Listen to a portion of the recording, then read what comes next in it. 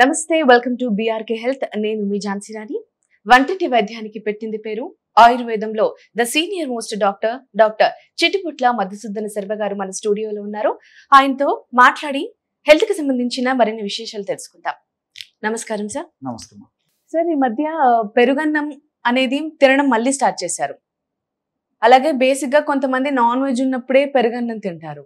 So అలా తినొచ్చా, regular గా తినొచ్చా, దాని బెనిఫిట్స్ ఏంటో ఒకసారి చెప్పండి సార్. నిజంగా మీరు అన్నట్లమ్మా ఈ మధ్య కాలంలో ఓల్డ్ ఈజ్ గోల్డ్ అని చెప్పేసి మళ్ళీ అన్ని పాత పద్ధతులు అలవాటు అయిపోతున్నాయమ్మా. ఎందుకంటే ఒకనొకప్పుడు పాత పద్ధతులు బాగా పాపులర్ అయ్యేటివి, మన పెద్దలంతా అవే ఫాలో అయ్యారు కాబట్టి మంచి ఆరోగ్యవంతమైనటువంటి ఆనందదాయకమైనటువంటి ఆహ్లాదకరమైనటువంటి నిండు నూరేళ్ళు జీవితం అనుభవించడం జరిగిందమ్మా. సరే, కాలక్రమంలో వివిధ రకాలైన కారణాల రీత్యా పాశ్చాత్య సంస్కృతి ప్రభావాలతో ముడిపడిపోయి పాశ్చాత్య సంస్కృతి ప్రభావాలు ఆహార విధి విధానాల్లో మార్పులు జరిగిపోయి మరి మనం కూడా వాళ్ళ పద్ధతులు పాటించడం వల్ల ఉన్నటువంటి ఆరోగ్యాలు కూడా చాలా వరకు దెబ్బతిన్న తర్వాత మళ్ళా కళ్ళు తెరిచేసి మళ్ళీ పూర్వ పద్ధతులే ఆచరించడం మొదలైందమ్మా. ఇందుకే పెద్దల మాట సద్దిమూట అని చెప్పేసి చెప్తుంటారు అనమాట. మన పెద్దల అనుభవంతో చెప్పినటువంటి వాస్తవాలు మరి ఈ రోజుల్లో మనం అవన్నీ పాటించగలిగితే చక్కటి ఆరోగ్యాన్ని మనం సొంతం చేసుకోవచ్చమ్మా. పూర్వకాలము ఈ పెరుగన్నం సద్దన్నం తినేవాళ్ళు. పెరుగన్నంలో ఉల్లిపాయలు వేసుకొని తింటున్నారు. అది హెల్త్ కి ఎంత వరకు మంచిది అంటారు? మంచిదమ్మా. అంటే ఉల్లిపాయలు చాలా చాలా మంచిది, పెరుగు చాలా చాలా మంచిది. రెండు కలిపి వాడుకోవడం వల్ల మరీ మంచిదమ్మా. ఆరోగ్యానికి అనేక రకాలుగా మేలు చేస్తుంది తప్ప దానివల్ల ప్రాబ్లం లేదు. కానీ టయాన్ని గుర్తెరిగి హితంగా మితంగా తీసుకుంటే చాలా మంచిదమ్మా. సరే, ఈ మధ్య నైట్ టైమే పెరుగేసేసి అందులో పచ్చిమిర్చి, ఉల్లిపాయ అవన్నీ పెట్టేసి మార్నింగ్ లేచి తింటున్నారు సార్. అది ఎంతవరకు మేలు చేస్తుంది అంటారు? ఓకేమ్మా. యాక్చువల్గా ఏంటంటే చెప్పాను కదమ్మా, పూర్వకాలము ఇది సాంప్రదాయం ఉండేదమ్మా. పెద్దలు ఏం చేసేవాళ్ళు, రాత్రిపూట పాలను తోడుపెట్టేసేసి అందులో ఉల్లిపాయలు ఇలాంటివన్నీ వేసేసి ఉదయం వరకు అలాగే ఉంచేసేసి పొద్దున పూట ఆహారంగా అదే తీసుకునేవాళ్ళు. చద్దన్నం అంటారు దాన్ని. నిజంగా ఈ చద్దన్నం చాలా చాలా మంచిదమ్మా. దీనివల్ల ఏమవుతుందంటేమ్మా, ఈ పోషకాహార లోపం లేకుండా మంచి పోషణ జరుగుతుంది. అంటే మన దేహానికి కావాల్సినటువంటి ఈ కార్బోహైడ్రేట్స్ కానివ్వండి, బి కాంప్లెక్స్ ఫ్యాక్టర్స్ కానివ్వండి, కాల్షియం కానివ్వండి, అదేవిధంగా ఫ్యాట్ కానివ్వండి, ప్రోటీన్ కానివ్వండి, మొత్తం ఈ రెండు పదార్థాలను ఈ పద్ధతిలో వాడుకోవడం వల్ల కవర్ అయిపోతుందమ్మా. సో పోషకాహార లోపం లేకుండా ఉండేదానికి ఉపయోగపడమే కాకుండా ఉదయం నుంచి రాత్రి వరకు కూడా మంచి యాక్టివ్గా ఉండేవాళ్ళమ్మా ఆ రోజుల్లో ఈ పద్ధతిలో ఆహారం తీసుకోవడం చేత. ఇంకోటి ఏంటంటే దీని యొక్క మరొక ప్రత్యేకత ఏంటంటే, ఈ పెరుగు అదేవిధంగా ఈ యొక్క ఉల్లిపాయలు ప్రధానంగా ఈ యొక్క ఆహార ద్రవ్యములు కలుస్తాయి కాబట్టి ప్రేవుల్లో మనకు మేలు చేసేటువంటి మంచి బ్యాక్టీరియాను పెంచేటువంటి గుణం ఈ రెండు పదార్థాలకు ఉందమ్మా. సో ఈ మధ్య ప్రపంచవ్యాప్తంగా కూడా ఈ యొక్క ప్రేవులకు సంబంధించినటువంటి గట్ బ్యాక్టీరియా మీద మేధావుల యొక్క ఈ శాస్త్రజ్ఞుల యొక్క ఈ యొక్క దృష్టి అంతా కేంద్రీకృతం అయిపోయి దాని మీద విపరీతమైన పరిశోధన కూడా చేస్తున్నారమ్మా. ఎప్పుడైతే గట్ బ్యాక్టీరియా ప్రేవుల్లో మంచి బ్యాక్టీరియా బాగా వృద్ధి చెంది ఆ మంచి బ్యాక్టీరియా యొక్క ప్రభావం మన దేహం మీద ఉంటుందో అప్పుడు ఎలాంటి జబ్బులు రావమ్మా. అంటే తల నుంచి కాళ్ళ వరకు ఎలాంటి జబ్బులు రాకుండా ఉంటాయి. వచ్చినప్పటికీ చాలా త్వరగా తగ్గేందుకు అవకాశం ఉంటుంది. ఎందుకంటే ఎప్పుడైతే ఈ ప్రేవుల్లో మంచి బ్యాక్టీరియా గుడ్ బ్యాక్టీరియా బాగా వృద్ధి చెందుతుందో దాని యొక్క ప్రభావం చేత మానసికమైన ప్రశాంతత కలిగేటువంటి పరిస్థితి ఏర్పడుతుంది. అదేవిధంగా మెదడులో ఈ డోపమిన్, సెరటోనిన్, గాబా ఇలాంటి హార్మోన్స్ ఉత్పత్తి అవుతుంటాయమ్మా. వీటిని హ్యాపీ హార్మోన్స్ అంటారు అనమాట. అంటే సంతోషాన్ని కలగజేసేటువంటి హార్మోన్స్. సో ఈ పెరుగన్నము ఈ పద్ధతిలో తీసుకోవడం వల్ల ప్రేవుల్లో గట్ బ్యాక్టీరియా బాగా పెరగడం చేత గట్ బ్యాక్టీరియా ప్రభావం చేత మెదడులో హ్యాపీ హార్మోన్స్ నేనైతే ఏవైతే చెప్పానో హార్మోన్స్ బాగా ఉత్పత్తి అవుతుంటాయి. దీనివల్ల ఏమంటే మానసిక ఒత్తిడి ఉండదు, మానసిక స్ట్రెస్ ఉండదు. మనం ఉదయం నుంచి రాత్రి వరకు ఎంత కష్టపడి శారీరక శ్రమ కానీ మానసిక శ్రమ కానీ చేసినప్పటికీ అలసట ఉండదమ్మా. తర్వాత భవిష్యత్తులో ఈ ఆల్జీమర్స్ అంటే మతిమరుపు రావడం కానీ, తర్వాత ఈ పక్షవాతం ఇలాంటి జబ్బులు రావడం కానీ, ఇలాంటి జబ్బులు డిమెన్షియా అంటారమ్మా, తర్వాత ఈ జ్ఞాపక శక్తి తగ్గడం ఇలాంటి జబ్బులు రావడం కానీ ఇలాంటివన్నీ జబ్బులు రాకుండా ఉండడానికి కూడా ఉపయోగపడుతుంది. రెండవది మరీ ఆశ్చర్యం అవుతుందమ్మా, ఎప్పుడైతే ప్రేవుల్లో ఈ యొక్క గుడ్ బ్యాక్టీరియా గట్లో ఉన్నటువంటి గుడ్ బ్యాక్టీరియా ఎక్కువగా డెవలప్ అవుతుందో ఆ యొక్క గట్ బ్యాక్టీరియా ప్రభావం చేత వెయిట్ కూడా రారమ్మా. ఈ రోజుల్లో ఈ వెయిట్ అనేది అత్యంత సర్వసాధారణ సమస్యగా మారిపోయింది.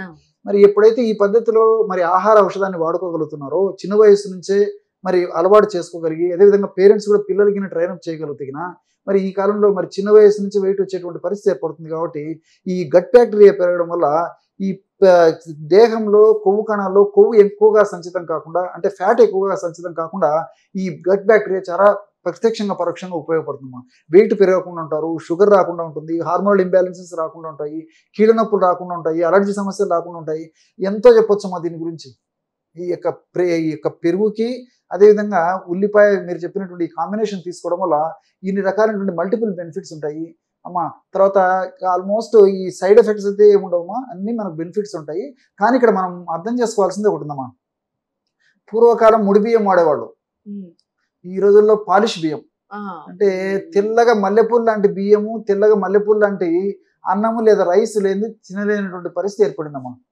సో దీంట్లో మొత్తం కార్బోహైడ్రేట్స్ ఉంటాయి, పోషకాహారాలు ఏముండవమ్మా. బి కాంప్లెక్స్ ఫ్యాక్టర్స్ కానీ, కాల్షియం కానీ, అదేవిధంగా ఈ ప్రోటీన్స్ కానీ, ఫైబర్ కానీ ఏమి ఉండకుండా కేవలం కార్బోహైడ్రేట్స్ ఉంటాయి. కాబట్టి మరి పూర్వకాలం మన వాళ్ళు శాస్త్రీయ పద్ధతిలో చేసినటువంటి ఆ పద్ధతిలో అయితే బాగుంటుంది తప్ప, మనం ఈరోజు మరి వాళ్ళు పాటించారు పెద్దనమాట సర్దిముట్ట అని చెప్పేసి మరి ఇప్పుడు దొరికేటువంటి పూర్తి పాలిష్డ్ రీఫైన్డ్ రైస్ని తీసుకొచ్చి పెరిగేసి చేయడం వల్ల అనుకున్నటువంటి రిజల్ట్స్ రావమ్మా. కాబట్టి శాస్త్రోక్తంగా నేను చెప్పినటువంటి పద్ధతిలో మరి ఆ ముడి బియ్యంతో ఈ విధంగా పెరుగన్నం తయారు చేసుకుని ఉదయం పూట తీసుకోగలిగితే చిన్నపిల్లల నుంచి పెద్దల వరకు కూడా చక్కటి ఆరోగ్యం వాళ్ళ సొంతం ఏదంటే అవకాశం ఉంటుందమ్మా. కాబట్టి మల్టిపుల్ బెనిఫిట్స్ ఉంటాయి. పెరుగులో కూడా మా లాక్టోబాసిల్లస్ ఉందమ్మా. సో ఈ లాక్టోబాసిల్లస్ కూడా ఈ ప్రేవుల్లో గట్ బ్యాక్టీరియాని బ్రహ్మాండంగా వృద్ధి చేస్తుంది. ఆల్రెడీ దాంట్లో బ్యాక్టీరియా ఉంటుంది, గట్ బ్యాక్టీరియాని బ్రహ్మాండంగా వృద్ధి చేస్తుంది. పెరుగులో కూడా అనేక రకాలైన పోషకాంశాలు ఉన్నాయి. సో ఈ రెండు కలిపి వాడుకోవడం వల్ల మల్టిపుల్ బెనిఫిట్స్ ఉంటాయమ్మా. రెండోది ఏంటంటే ఈ రోజుల్లో మరి B12 లోపం చాలా మందిలో కలుగుతుంది. విటమిన్ B12 దేని వల్ల ఏంటుంది సార్? అది చెప్తే కదమ్మా, పెరుగు B12 లోపం కూడా ఈ రోజుల్లో కామన్ అమ్మా. మీరు ఒక 50 మందిని పరీక్షకు బ్లడ్ టెస్ట్ చేయించండి, 50 మందిలో దాదాపు ఒక 40 మందిలో B12 లోపం ఉంటుంది. B12 లోపం వల్ల ఏం జరుగుతుందమ్మా, ఈ నరాల కణాల పక్కన ఉన్నటువంటి ఈ మైలిన్ షీట్ దెబ్బతింటుందమ్మా. మైలిన్ షీట్ ఎప్పుడైతే దెబ్బతింటుందో నీరసం రావడము, కాళ్ళు చేతులు తిమ్మిర్లు ఉండడము, మంటగా ఉండడము, అదేవిధంగా ముఖ్యంగా ఈ విపరీతంగా కాళ్ళు చేతులు లాగుతుండడము, ఇలాంటి అనేక రకాలైన లక్షణాలు.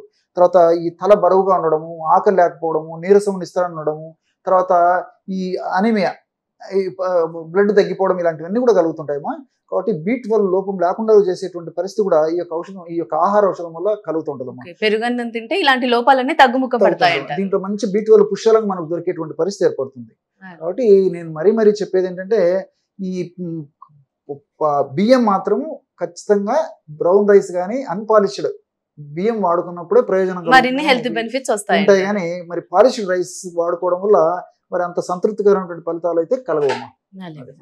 అలాగే ఈ మధ్య కాలంలో పెరుగన్నంతో పాటు కర్రీల్ని నంచుకొని తినడము, లేదా మామిడి పండుని కలిపి తినడము, ఇది ఎంతవరకు బెనిఫిట్ ఇస్తుంది అంటారు?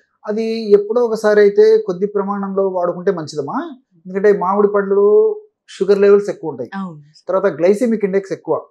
సో ఈ విధంగా పెరుగన్నము మామిడి పండు కలిపి తీసుకోవడం వల్ల త్వరగా ఈ యొక్క షుగర్స్ బ్లడ్ లో కలవడం వల్ల వెయిట్ ఉన్నటువంటి వాళ్ళకి ఇబ్బంది అవుతుంటుంది. అదేవిధంగా షుగర్ ఉన్నటువంటి వాళ్ళకు షుగర్ లెవెల్స్ పెరిగేదానికి అవకాశం ఉంటుంటుంది. కాబట్టి ఎప్పుడో ఒకసారి కొద్ది ప్రమాణంలో కొద్దిగా తీసుకుంటే ఇబ్బంది ఉన్నది, కానీ ఎక్కువ ప్రమాణంలో మాత్రం తీసుకోకూడదు అన్నమాట. అలాగే సార్, ఈ చికెన్ నాన్ వెజ్ ఉన్నప్పుడు పెరుగు తినొచ్చు అంటారా సార్?